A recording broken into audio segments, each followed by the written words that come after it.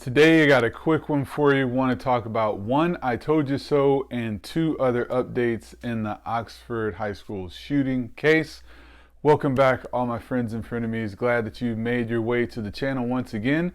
This is where we apply logic and conviction to news, politics, fitness, thoughts on life, and whatever else comes across my mind and gets my attention. So I'm C. Scott, and this is my view. So the first thing I want to cover real quick is just a quick I told you so, just with my last video, which was a couple days after I wanted to put it out. We'll get to that. And also in the last video, we talked about how the parents of the killer kid in Oxford, Michigan was still being searched for. They actually found him just after I recorded the video, somewhere around like 1:30 in the morning, but I'm sure you already heard of that. And so the I told you so comes in when we were talking about the prosecutor from Oakland County. So she was given a couple of statements.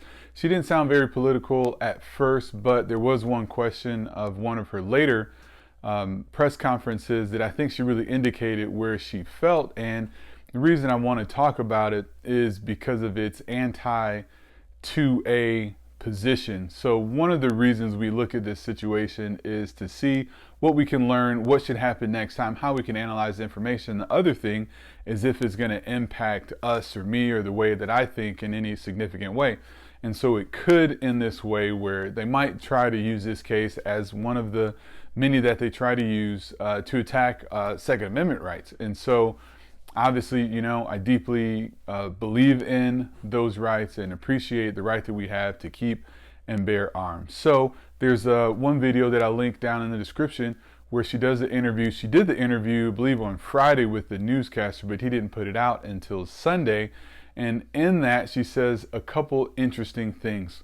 But she was particularly talking about charging the parents. He brings up a very interesting question, which I hadn't thought about before, and I would like to see it argued and played out in court.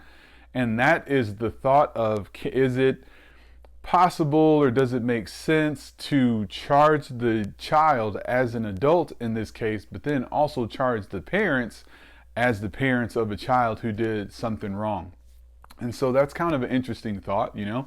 Can you charge this child as an adult and say then he's responsible on the level of an adult, but then also charge the parents and say that this person who we are treating like an adult, but we're also going to charge you as though he were a child? It seems to me like that might have some type of legal issues, if nothing else. I mean, I would just think maybe the parents' lawyer might use that in their defense or something. Not that I'm trying to defend them.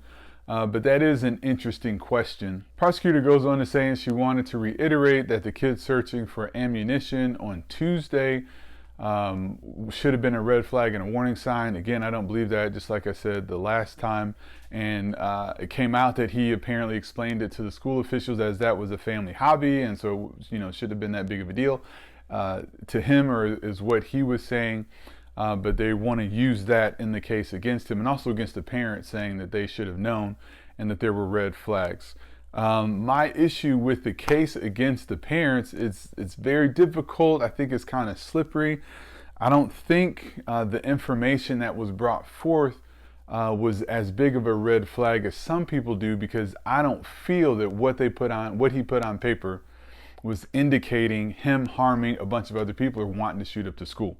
So he wrote some things on a note. He wrote some things about, you know, the thoughts won't stop, please help. And then he drew someone that was shot and all this kind of stuff. Those things are disturbing, and those things should be some kind of red flags. And so the school said that he had to have some type of counseling within the next 48 hours, which I agree with and understand. Where I'm having trouble is logically making the jump to how that drawing can make a person think that the person who drew it wants to become a mass killer or shoot up the high school. He didn't say anything particularly about harming other people. He didn't say anything about wanting to hurt people in the school or things like that. So I think it's very difficult situation to blame the school officials, like we're going to talk about in a moment, or even for the parents. Now, the parents were there at the school that day. They knew about the weapon purchase that they had just recently made.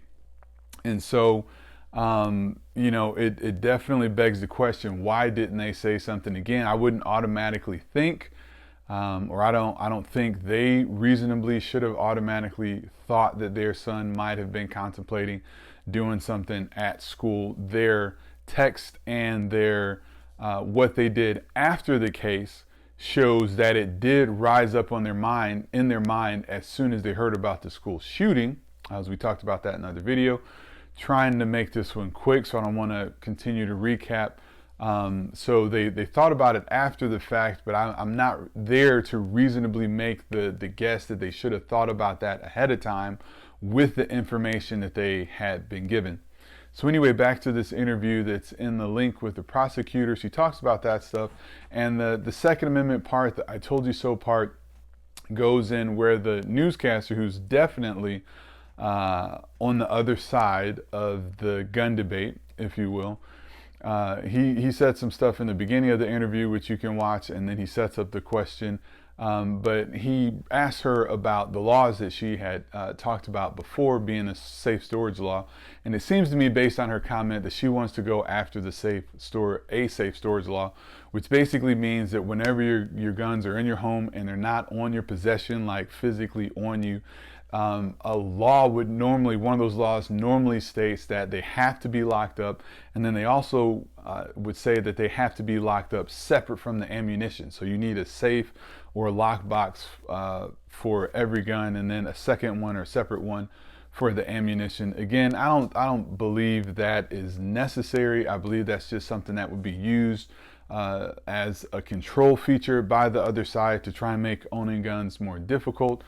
When you're having guns for your safety, it becomes very difficult how you store them, where you store them, and things like that. And a law like that would really be prohibitive in allowing your free exercise, number one, but then number two, it really begins to get in the way of, if somebody breaks down a door, are you able to get to a firearm to defend yourself, to defend your family quickly?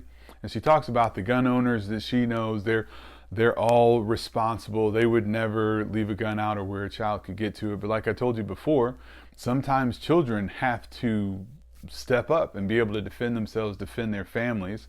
And obviously it should be, or I believe it should be, up to every family and parent to know whether or not a young person should be able to use a firearm, should be able to access a firearm, and then they have to live with that responsibility. So I think she's going to jump in the fight or join the fight or do something, at least in Michigan, to try and encourage a safe storage law, which I'd be 100% against. Also brought up last time the governor of Michigan, which I think is a terrible governor. I don't agree with her politics at all.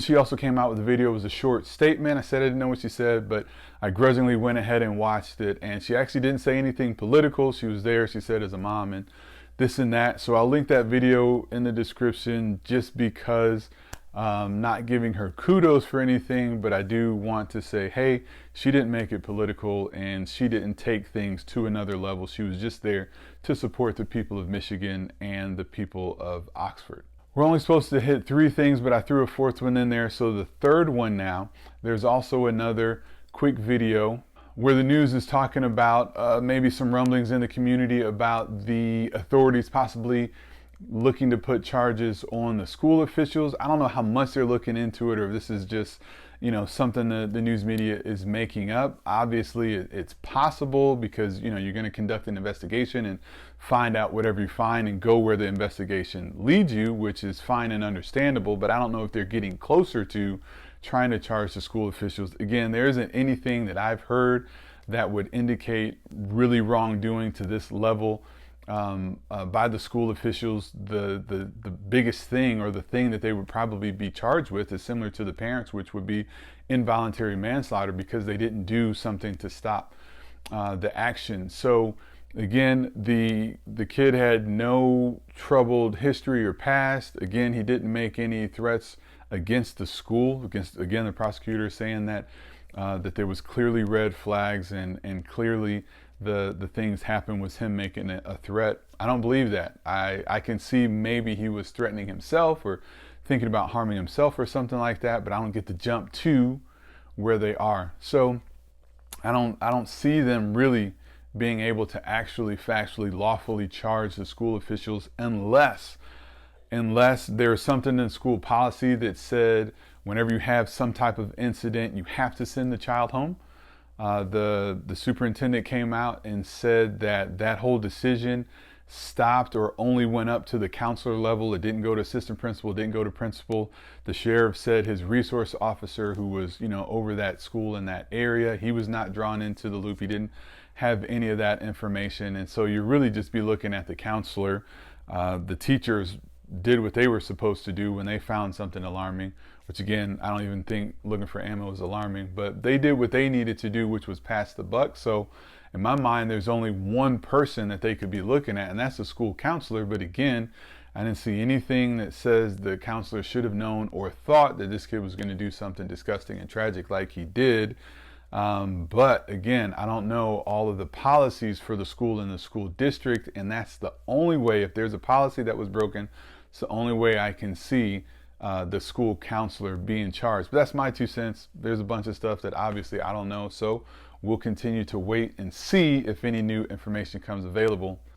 Last but not least, there's another news report out talking about possible federal charges. When you have these events, it's understandable, but a lot of people get very emotional and get upset and want something to be done. And I can feel that. I would want something to be done, but I also think, hindsight and looking at things after the fact have to be played in. And so we have to take the information that we know after the fact and try and not really hold that in our minds when we think about what was going on before the fact. And so that can become very difficult. So I don't know if this is an emotional thing, if it's an actual thing, but they're also talking about trying to level federal charges against the parents. The parents have already really messed themselves up. They're charged with 4 counts of involuntary manslaughter.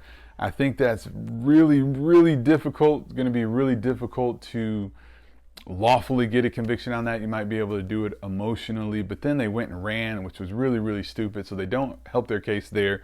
And then they get extra charges for evading police. And now they got somebody else who helped them into the web of charges and things. So they don't seem like good people, don't seem like smart people.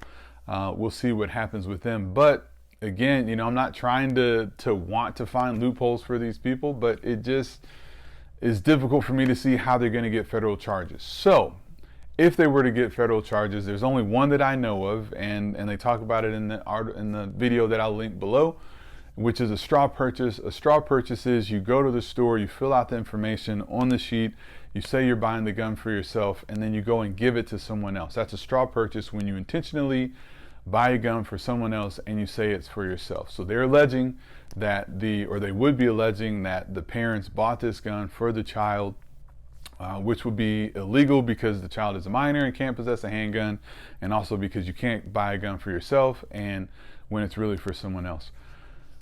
Again, it's difficult because I think, is there a difference between buying a weapon for your child and buying a weapon for your child to use? Does that extra 2 words change what's going on? I think so. I would hope so. But if they bought the weapon for their son, they've said, or indicated that they bought it for him, but they really didn't buy it for him so much as to buy it for him to use or to be able to have. And one of the reasons I say that is because when they gave information about the case, they said the gun was typically kept in a drawer in the parents' room.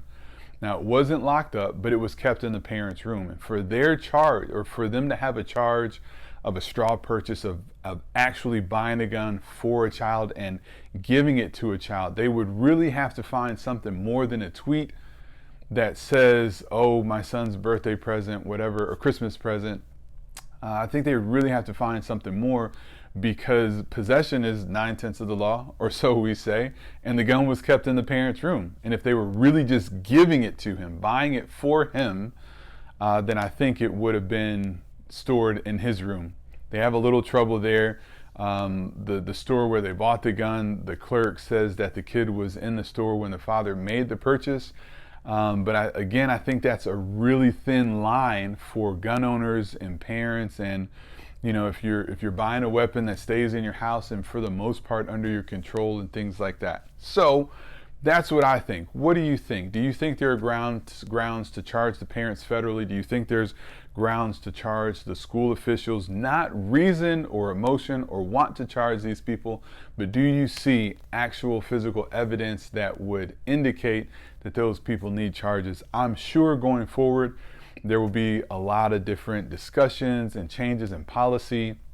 I would not want to be in school administration, because just think of the level they're going to have to push things to now because of this one incident. So, you know, every time a kid, you know, talks about anything, it really can become troublesome for no reason because of the 1 in a million chance. But the 1 in a million chance leaves, you know, 4 children dead, 6 other people wounded, and scores of young people and teachers terrorized or traumatized from being in the event. So it is a big deal. I'm not saying it's not a big deal, just trying to be logical, because that's what we do here.